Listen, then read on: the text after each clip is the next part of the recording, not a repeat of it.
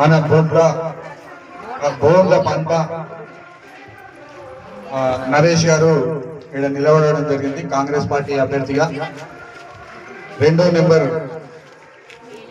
Ballot నమూనాల 2వ number ఉంటుంది. అందరు కూడా 2వ నెంబర్ చేతి గుర్తుపై ఓటేసి భారీ మెజార్టీతో గెలిపించాలి. ఎందుకంటే గత 17 సంవత్సరాల నుంచి మన మెట్పల్లి పట్టణంలో కల్వకుంట్ల కుటుంబమే రాజ్యం వెళ్తుంది.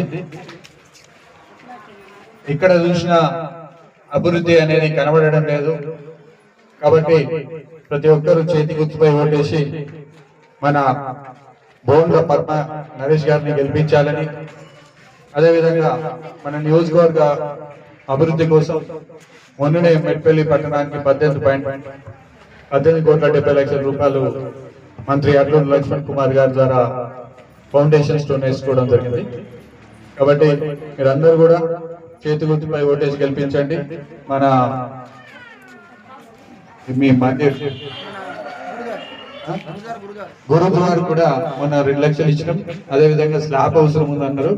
దానికి కూడా మనం త్వరలోనే 6 నెలల లోపల మళ్ళా దాని స్లాబ్ కూడా పైసలు ఇచ్చే కార్యక్రమాన్ని మేము తీసుకుంటాం. ఇక్కడ ఉన్నటువంటి డ్రైనేజ్ సమస్య కూడా నేను బోర్ కూడా వేపిద్దాం.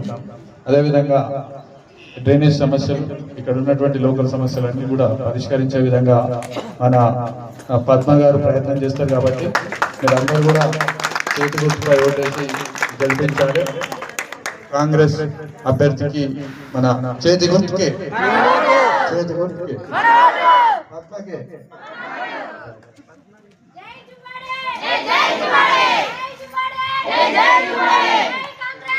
జై కాంగ్రెస్.